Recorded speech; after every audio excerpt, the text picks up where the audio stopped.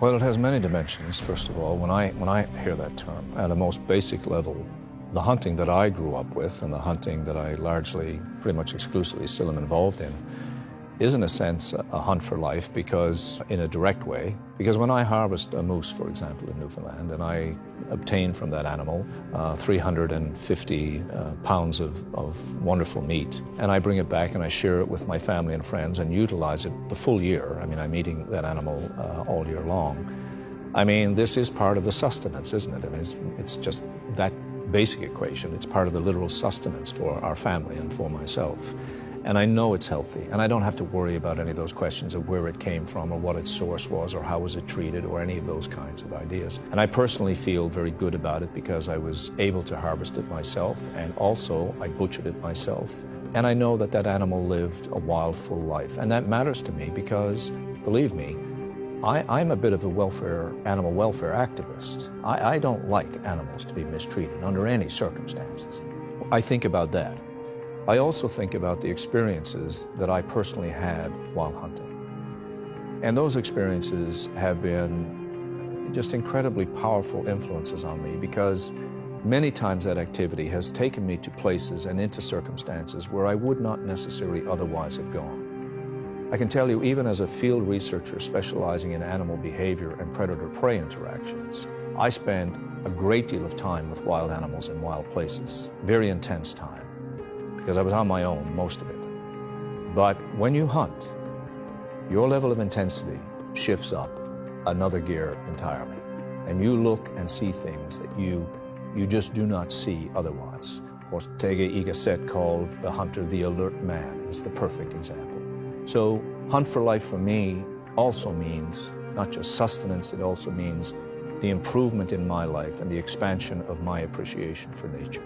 Hunt for life also means for me, from the DSC context and the program context and the emphasis on Africa particularly, the lives of the animals that are hunted, the programs that have been developed to enable people to trophy hunt or to hunt internationally in Africa, are programs that we know sustain wildlife habitat, not just for those species, but wildlife habitat at an ecosystem level that benefit all kinds of species, species that are hunted and species that are not hunted at all. Birds, small rodents, things of this nature, insects, butterflies, all kinds of things. And so I see Hunt for Life says that to me, because we are, through the process of taking individual animals and supporting the businesses and infrastructures that are there, we are protecting wildlife habitat, and that's critically important for one. We also know, however, that what has value stays. We're losing all kinds of species all over the world, and most of them, nobody has an idea about what's happening with them at all. They don't even know who they are, what their names are. At least the species that are being hunted are constantly under the lens, and they are being studied, and they are being looked at, and we're trying to get better science, and we're trying to get better arguments, and so on and so forth. And if we weren't utilizing those animals, if there wasn't so much at stake, we wouldn't be doing all of these things. And the final thing, I guess, is I think about the lives of the people who live in those circumstances, their lives and their livelihoods. We find it very difficult to relate our excessively wealthy existences, which all of us have, to the basic existences of people living in parts of rural Africa and other parts of the world. But what can be a small measure of change in our lives in terms of income or security of income or opportunity to work and raise money can make an enormous difference in the lives of people in those circumstances. Of the many mistakes I think we have made in communicating about hunting, we failed for a long time to talk about the people benefits, the actual livelihood benefits that derive from hunting for life, from that entire equation and network of things. And we know that human beings have empathy for one another. They do.